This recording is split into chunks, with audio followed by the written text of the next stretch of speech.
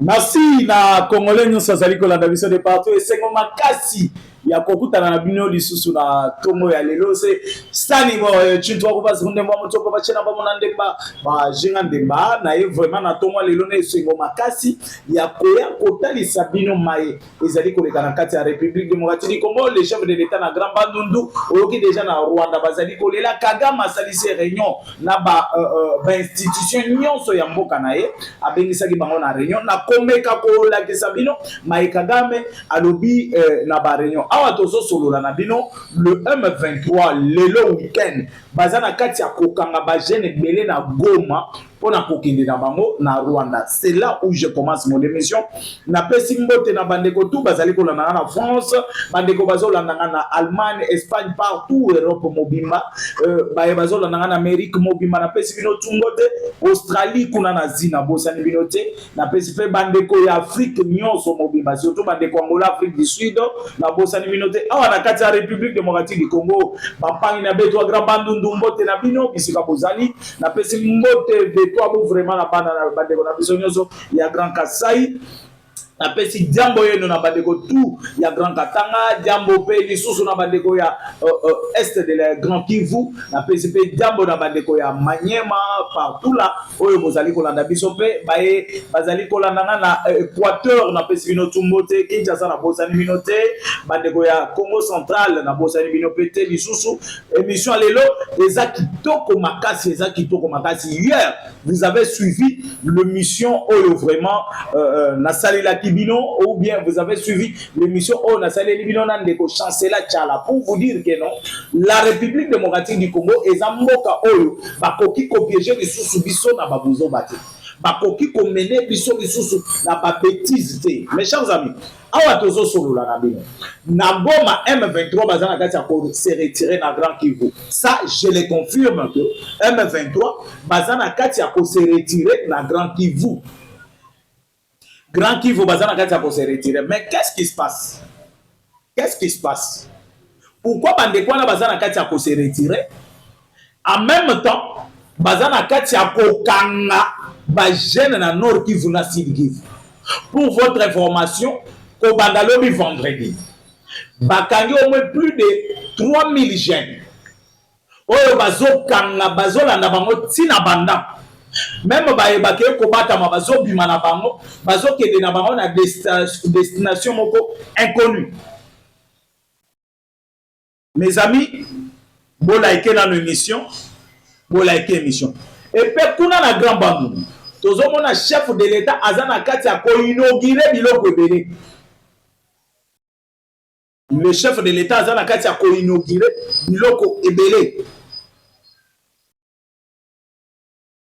Est-ce que les Congolais vont se poser la question de savoir le chef de l'État a inauguré biloko anazo inauguré. Pourquoi les politiciens des Grands Bandundu oyo bazalaki zinga zinga ya Kabila basalango te? Aujourd'hui nous avons le barrage de Kakobola. Nous avons abatongi bâtiment administratif et armé. 11e région militaire lelo bazana bâtiment bâtiment oyo babandaki kozala nango te tokosolola ngo na émission na biso lelo. Mes chers amis, nini ezali kopousa lelo M23 babanda kokanga jeunesse na Goma? Le M23 bazwaki déjà ordre ya kosala retrait moko forcé, je dis bien retrait moko forcé oyo bazali kosalisa bango et pas États-Unis d'Amérique. Le M23 bavandi bamoni ke non kope esali nini esili. Le lenge kope esili bakoki koluka eloko mususu ya kosala comme quoi ba récupérer jeunesse, ba mema bango na armée, ba kende ko former bango na kati armée.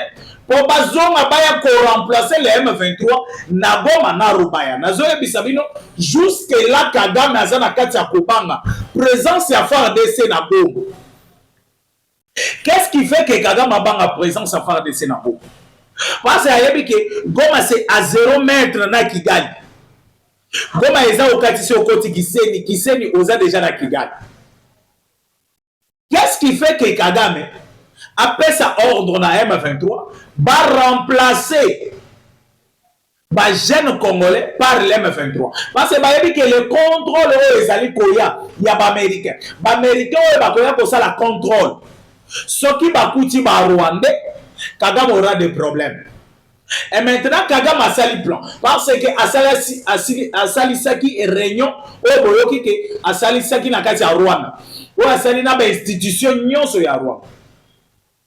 Après réunion na aye posa la réunion mususu na ba chef rebelle nyonso achaki na kati ya RDC. C'est à partir ya réunion na ba ke ozwa ba décision. Pe réunion Asalaki na ba institution ya Rwanda na koyebisa bino ce qu'il a dit na kati ya réunion na. Et c'est comme ça qu'il va donner l'ordre à M23 de chercher moyen nini bakoki ko remplacer ba M23. Et bataille effectif ya ba soldat oyo bakoti kala sur terrain bakozala incapable ya kosala face na ba wazalendo bakozala incapable ya kosala face na ba FARDC. Et maintenant il faut créer les moyens ya koluka lolenge kani bakoki ko remplacer non effectif oyo bazali kolongola par ba congolais. C'est comme ça que omoni babandi kosala recrutement moko forcé, recrutement moko ya makasi ya kokanga basoda ya FARDC et ba jeune ya RDC komema bango na Rwanda parce que jusque là bazali ko déterminer bisika bazomema bango te. Tozonga na logique. Bozana kati ya ko se retirer. Mais na kati ya ko se retirer, comment bozali ko capturer ba jeune, bozali ko kende na bango. Ces jeunes-là, selon mes analyses, ils allaient ko former bango. Ko salisa bango formation moko rapide pour na kozongisa bango na Goma na Rubaya. Parce que ce sont les deux endroits où le Kagame azolinga komona présence ya FARDC. Parce que ceux qui bolandi réunion Kagame asali na ba politiciens na Rwanda. Bokolanda na réunion na bokoyoka vraiment que non. Kagame a épuisé. Kagame a sili. Kagame, je dis bien assis à Sili. Kagame n'a pas encore la force. Il y a que ça la face. La FARDC. Et maintenant, Kagame a dit que comme il n'y a pas encore l'harmonie entre moi et la République démocratique du Congo, ndenge toyokani na moto. Ndenge batunanga. Bakoti na gouvernement ya Kinshasa te. Ndenge batunanga bakoti na institution ya Kinshasa te. Il y aura des risques ya te FARDC ceux qui basali kovanda na Goma. Bakoki ko attaquer nga facilement. Bakoki ko attaquer Rwanda na facilité nyonso. Qu'est-ce que je peux faire? To bloquer Goma. Na ba nouveau recrut o bango basali ko recruter na makasi. To bloquer Rubaya. Pourquoi bloquer Rubaya? Parce que minerai à Rubaya, c'est ce qui fait aussi moins force Yamouke et Paul Kagame. Mais je vous dis qu'en recrutant ces gens-là, c'est déjà l'échec pour Paul Kagame et M23, Congolais, Banana et consort au Bazo Tikala. Échec Rabango est à placer. Nazon a d'abord pourquoi bloquer Goma. Parce que il y a une présence à FARDC, comme je viens de le dire, na Goma, et qui crée problème tout le temps na Rwanda. Ziba Mabenyo Sotosali, République démocratique du Congo, le Congo peut pousser ces gens-là à attaquer le Rwanda.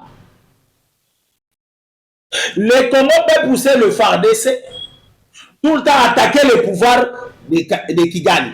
Parce que ce qu'on anime Kambu ya Paul Maloba ya Paul Kagame na réunion. Alobi na batunaye na ba ministre, ba député, banani banani. Tout celui à Zanaye, il faut à se prononcer. O ya Zanaye te a quitté pouvoir naye na Kimia.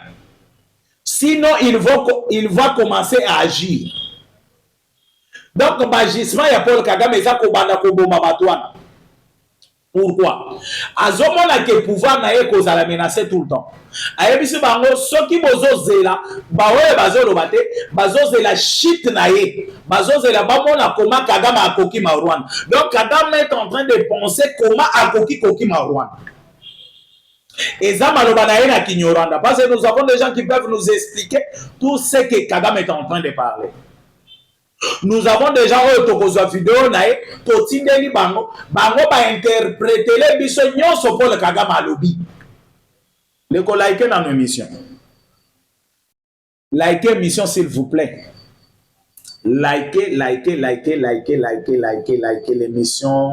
Partagez-les moi l'émission. Aimez l'émission. Awatozo solo la nabino nazo ebisabino ke marambozo ke de bien na ngamu na biso. Ndebo yoboni Paul Kagame azolela.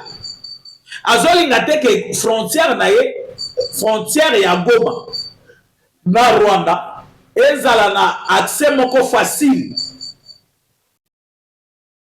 Ezala na accès moko facile. C'est pour cela que Kagame est en train de bloquer. C'est pour cela que Kagame a bloqué entrée wana. Mes amis, landa siko solo. Na kati ya réunion à Salisi. Asangisi batu na yetu. Alakisi bango comment la République démocratique du Congo bache mal à l'aise. Alakisi bango comment la République démocratique du Congo ba commissaire na souka. Kagame est en train de dire que Azana souka sur le plan diplomatique. Tout ce qu'il est en train de faire, c'est maintenant de changer sa méthode. Il y a comme on est la makamona Rwanda. Et ayebisi na batu na ye clairement baza wana pona ko soutenir ye baza wana pona ko pesa ye souffle. Kagame azosenga souffle et pas ba ministre. C'est fini pour Paul Kagame. To yebisa kabino ke Kagame asi tala bato biloko bazoloba bato ba yebi Kagame bien te bino nde bo yebi Kagame bien. Kagame azana kati ko senga souffle et pas ba ministre. Kagame azana kati ko senga souffle et pas parce que Kagame a l'arme. Kagame azana ba généraux, Kagame azana ba soldats, azana ba armement. Mais comment azo senga souffle il y a ba ministre na ba député banani pour ba soutenir avant abanda ko agir. Donc azali ko intimider ba député, azali ko intimider ba ministre, azali ko intimider ba institution en mboka na ye. Abina bango vous êtes donc ceux qui vous soutenir ngate bozali parmi bato yo bazolinga shit nanga parce que na Rwanda azolo ba bien clairement abina Rwanda j'ai senti que il y a des gens qui veulent que ngana shit ngana kweya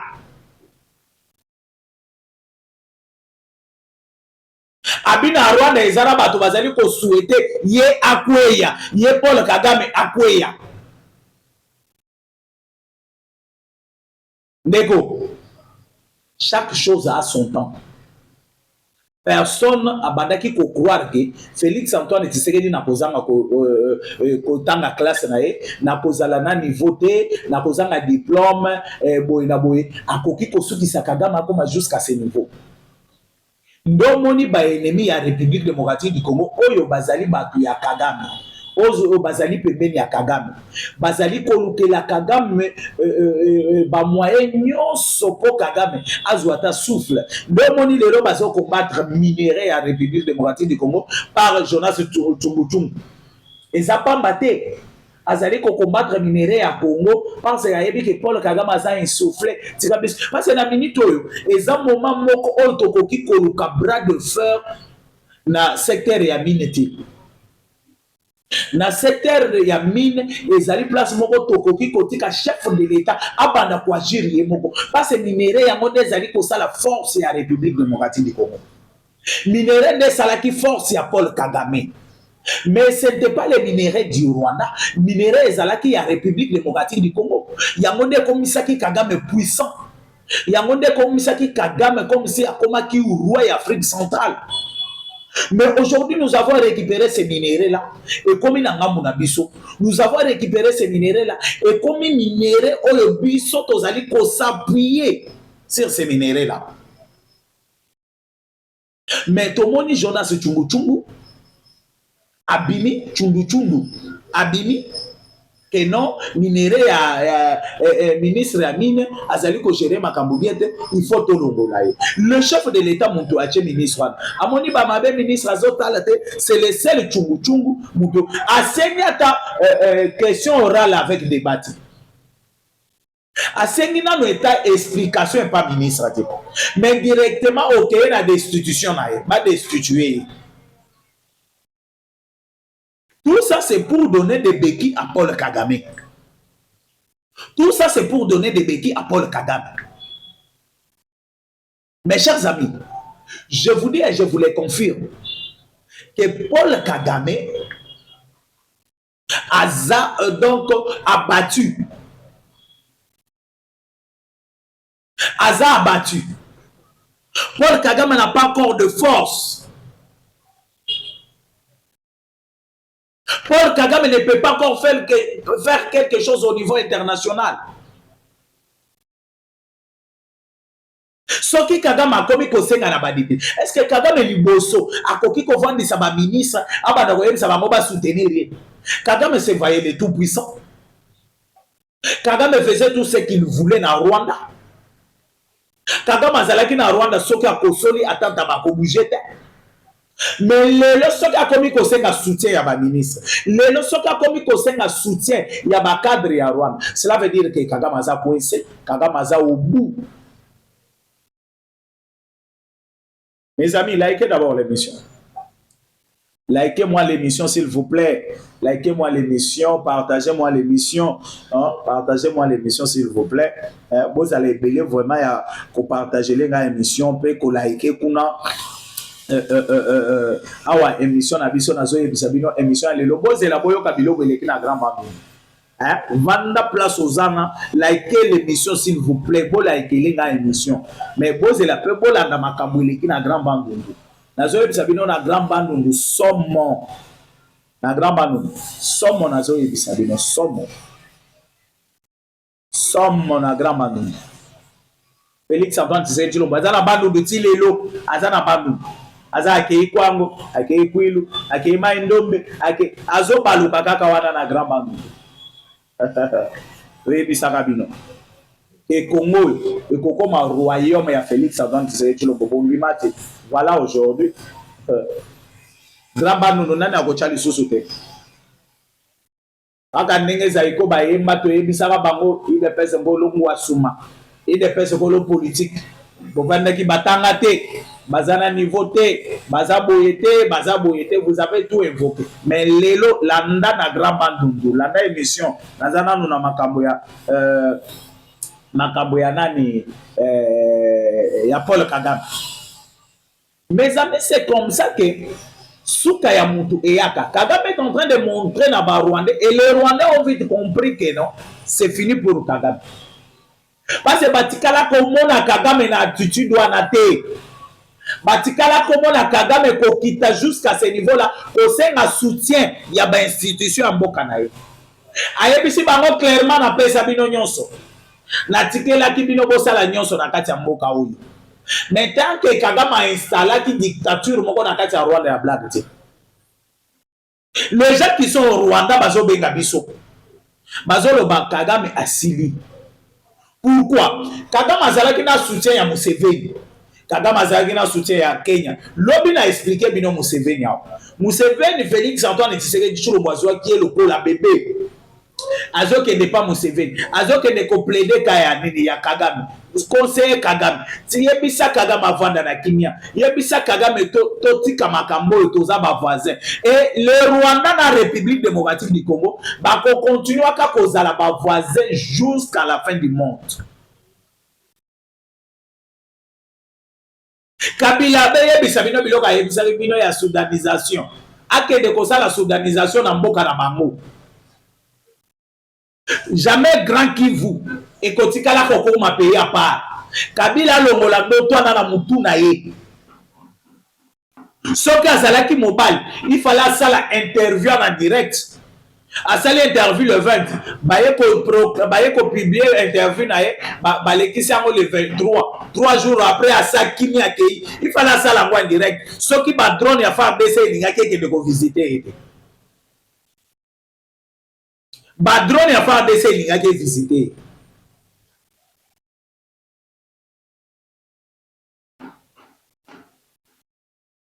Kabila est en train de blaguer avec ces pays.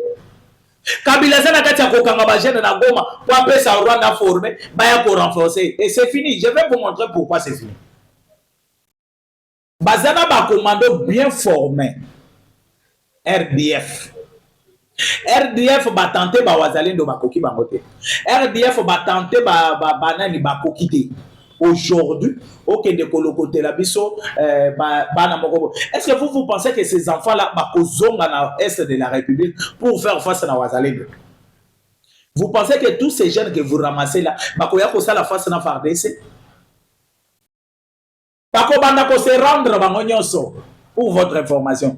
Bako banda ko se rendre bango nyonso. Bako ke de komitika na maboko ya FARDC bango moko. C'est l'échec, c'est fini pour Kabila dans ces pays. Nanga préparez-vous ceux qui vont que vendre na Kenya, ceux qui vont que vendre na Mbokani. Parce que basombela bino ba villa na Kenya, beaucoup de vendre na Kenya. Ici en République démocratique du Congo, beaucoup à la place c'était à Kovanda. Au Congo, ça sera très difficile beaucoup à la place à Kovanda. Parce que maître Nabino a commis kosenga na régime nae, a commis kosenga na batu nae, ba conseiller nae, ba ministre nae, ba soutenir. Donc cela veut dire ce qui Kagame zo senga soutien na batu wana, souffle ya Kagame esili. Souffle ya Paul Kagame esali nini esili.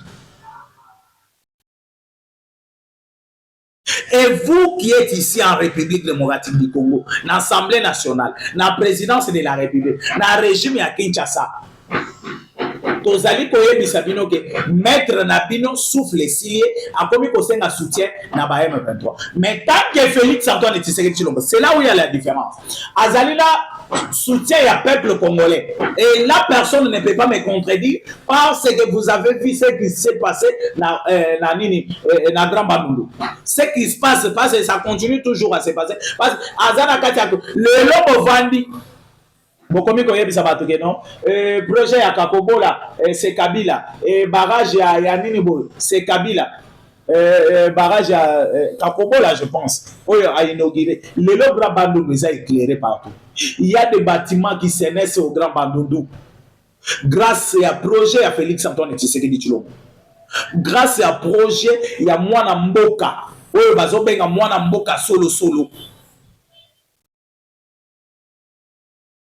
Et vous pensez peut-être que vous allez malin, que vous allez kolega na TV, que vous allez sabatou katumbi abimilobi. Parce que tous les 26 gouverneurs, au bazali na kati ya conférence des gouverneurs na Grand Bandundu, balobi clairement que bazo c'est la changement de la constitution. Personne de ces gouverneurs a lobby. Donc, bah céderait déjà la vision et changement de la constitution. Cela veut dire c'est fini pour les opposants que vous voyez là. Celui que je n'ai pas appelé opposant, Mwandambo, Eza Sesanga, Eza Fayoulou, Eza Kaboul, parce que ma femme est en Akata Congo. Yoza Libana ya République démocratique du Congo, Ozo Chamakele. Katumbi abimilobi alobi non o esalemi na Bandundu ezali conférence des gouverneurs te o esalemi na Bandundu ezali parlement de bout de l'île de Pes. Au moni ndenge bokomi kolela. Parlement de bout de l'île de Pes, oui, je suis d'accord avec Katumbi de dire que non, ce qui s'est passé na Bandundu ezali parlement de bout de l'île de Pes. Je suis d'accord. Pourquoi? Je dis que je suis d'accord parce que parlement de l'île de Pes de bout de l'île de Pes bazalaka bango nyonso d'accord avec Félix Antoine Tshisekedi Tshilombo. Bazalaka bango nyonso na vision ya Félix Antoine Tshisekedi Tshilombo. Bazalaka bango nyonso derrière Félix Antoine Tshisekedi Tshilombo. Ce qui Katumbi alobi que non, ba oyo eleki na Bandundu eza conférence des gouverneurs. Donc cela veut dire que Katumbi a compris quelque chose. Katumbi a compris que tous les gouverneurs maintenant bakei ko adhérer na vision ya Félix Antoine Tshisekedi Tshilombo. Bakei ko soutenir Félix Antoine Tshisekedi Tshilombo. Bazali d'accord na nyonso Félix Antoine Tshisekedi Tshilombo azali ko pesa bango. Katumbi a compris ça. C'est pour cela que Télémi a lobby que non. Oui, Salami n'a pas donné sa conférence de gouverneurs et Sali parlement debout de l'île de Pes. Donc ba komi ko comprendre siko to yebisaki bango boko mesana. To yebisaki bango ba komesana. Bazwa kango moindre. Bazwa kango ko changer constitution et ko zwa magie moko bo. Bamoni na Grand Bandundu, c'est le peuple du Grand Bandundu. Oyo bazali ko senga changement ya constitution. Balobi soki Félix Alongo na pouvoir à changer constitution te ba kolongola ye na rang ya ba héros. Parce que Félix Antoine Tshisekedi Tshilombo, c'est un héros vivant ya République démocratique du Congo. Alongoli République démocratique du Congo na boumbu oyo bakangi République pendant 32 ans. Yaya Lobino, pas question. C'est fini. Mes amis, likez d'abord l'émission.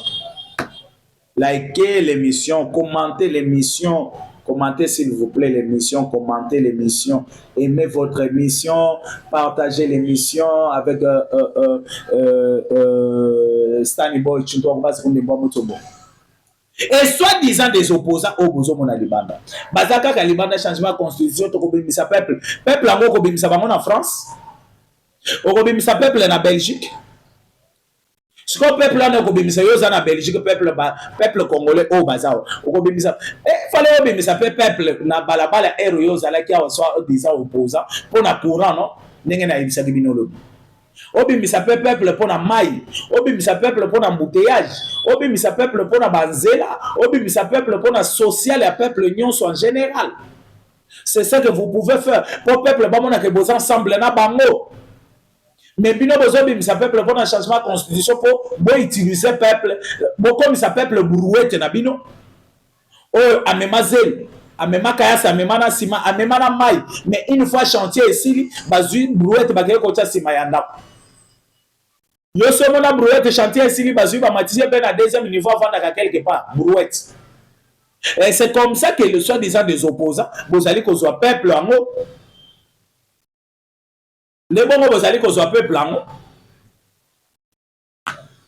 Bozo soit peuple ango le kwa mapapa na bino le kwa kaleson bolataka.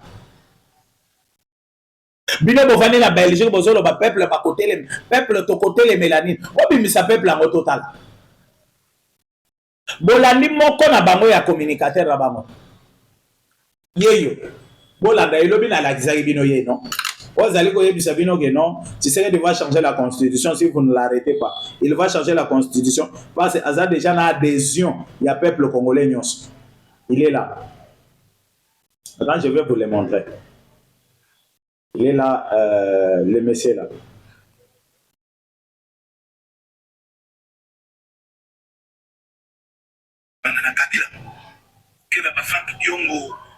Moïse Katumbi, qu'est-ce na ba N23, AFC M23 ba connaît dans la Guyane. Est-ce que pour ça qu'on a popularité, il y a Félix Tshisekedi na banu. Est-ce que on a popularité, il y a Félix Tshisekedi na banu. Ozoka. La lobby tour ceux qui bolobi to benene élection. Tour azole la bi azolo ba na sengi na Kabila, na sengi na Martin Fayulu, na sengi na na Katumbi. La sengi na nini? Est-ce que bozali comme na popularité ya Félix Tshisekedi na Grand Bando? Et comme il kokota bango sikoyo, ba komesana. Ba komesana, nous sommes presque à la fin. Il y a émission na biso, toza déjà na souka. Il y a émission technicien koye biso, il nous reste encore combien 2 minutes seulement pour aussi de sa émission.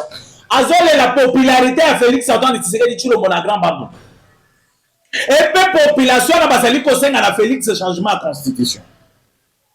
Apesi bango mbongo te parce que lobi to kolinga te erbe to kobanda ko tambola pour na changement de constitution omoni bazali ko corrompre population pour pas changer constitution peuple ne baso senga ye changer les biso boroyo parce que ezali na pouvoir na ye ezali na droit na ye ya ko senga changement ya eloko wana ya mabe o bosali la ki biso na ba Rwandais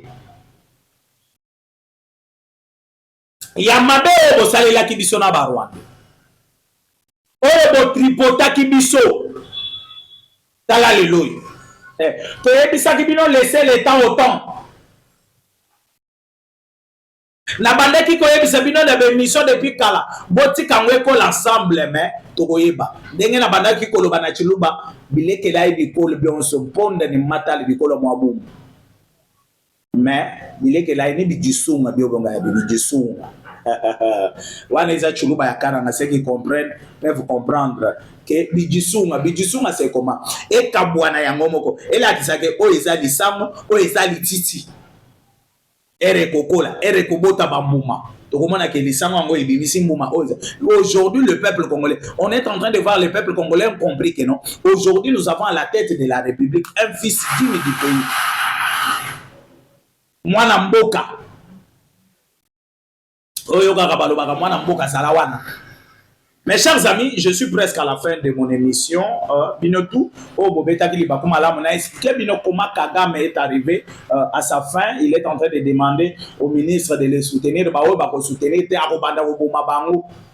Na langage, na esoko landi langage, les langage codé, il va commencer à prendre des décisions. C'est Baonyo Sobazo se prononcer. Il aime que tout le monde va se prononcer, va soutenir. C'est fini pour Paul Kagame. Mon numéro est plus 243 82 75 76 085. Ciao.